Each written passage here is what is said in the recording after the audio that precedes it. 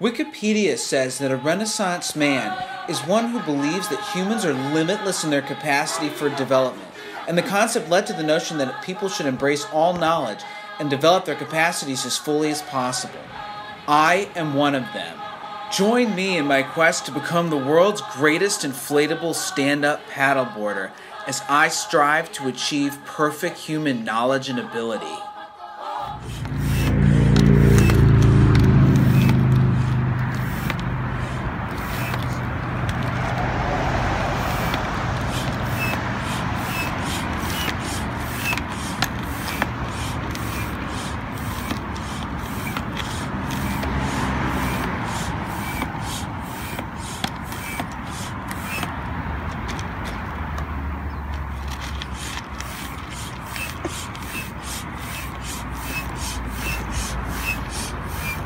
Dude, how's it going? Gotta put in the work. Put in the work. That's right.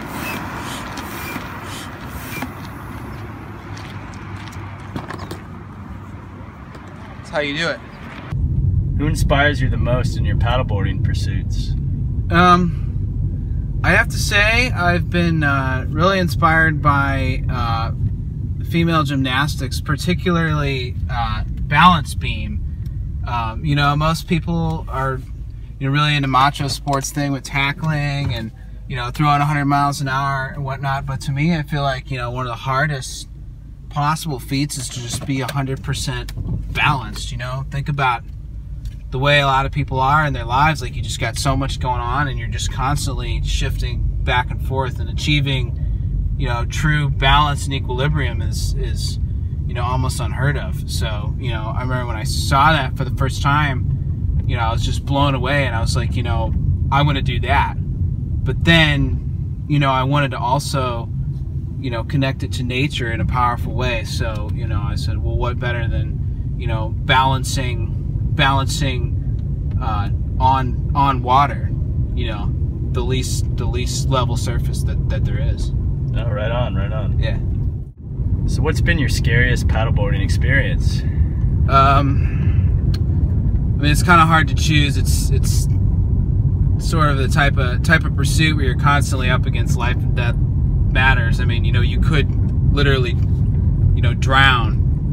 Everything around you is something that could drown you. So, there's that. But I would say probably the scariest was one time I was out near my house by myself.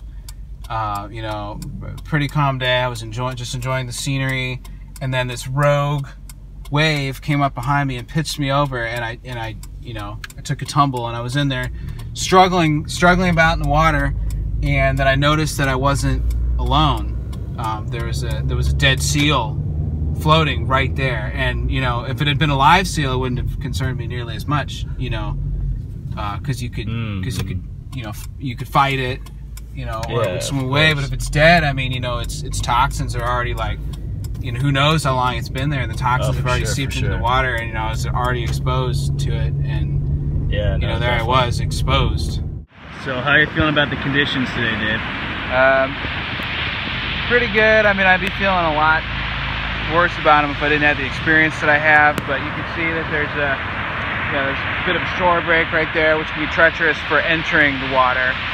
And I happen to know this beach has some kind of sharp pebbles on the bottom, so it can be hard, on the feet. Oh, yeah. Really pokey. Yeah, dude. Really pokey. You don't want those sharp pebbles, bro. Yeah, you don't want that.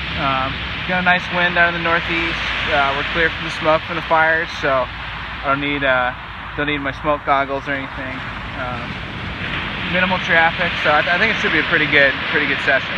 But all right, sounds good, bro. So, all right, let's do it.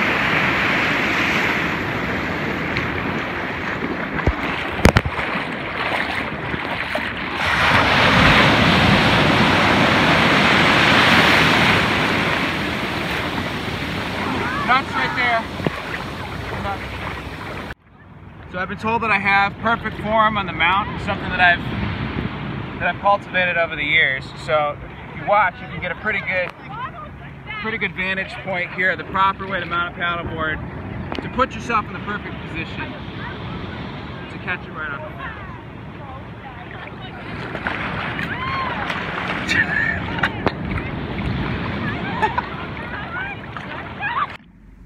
Do you have any words of inspiration to all the inflatable paddleboarders out there? I mean, for all the kids that have this dream, I would say don't get distracted by surfing. You know, surfing is only one form of expression. It's been done, it's overdone, in my opinion, and you know, it's more like, you know, checkers versus chess. I mean, anybody can catch a huge wave and ride it, you know, and risk everything, you know. But how many people have refined their art to the point where there's that much precision, where they're in tune with every muscle and every fiber of their being out there and in control of it? You know, that's a whole new level. It's checkers and chess. Right on, right on. People always ask me, like, how much have you put into this pursuit of being the best in inflatable paddleboarding? You know, because usually it costs all your resources to be the best. And I have a surprising answer. I say, you know, because I read this book that I found at a Goodwill one time, you know, that gave me this trick to value my time at $20,000 an hour. You know, so really I've literally put millions into this pursuit. How you feeling out there? Pretty good.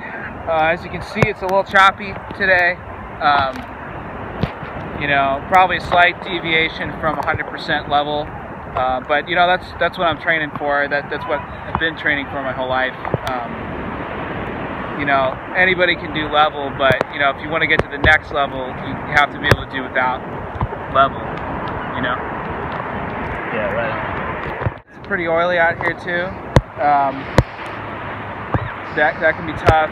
You know, sometimes that can make the board slip out from under your feet a lot easier. You know, I mean, imagine trying to, like, you know, go down a slip and slide.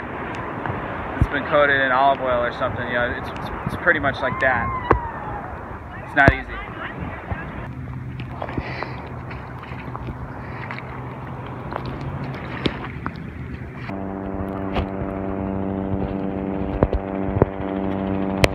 Oh, perfect.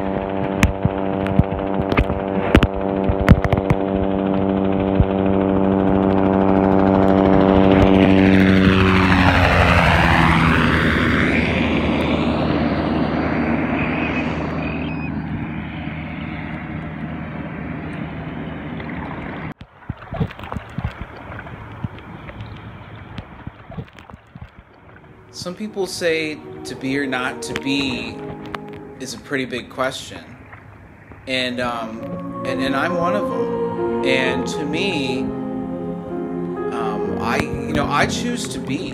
That's my answer to that question. I want to be the best. I want to be one with nature, and I just want to say, hey, universe, like, you know, I'm here, and you know, I'm trying to be one with you, you know? And to me, that just makes paddleboarding like a microcosm of a microcosm, you know, because you got, you know, the world, you know, the heavens, and you have the earth, and you have, you know, right here.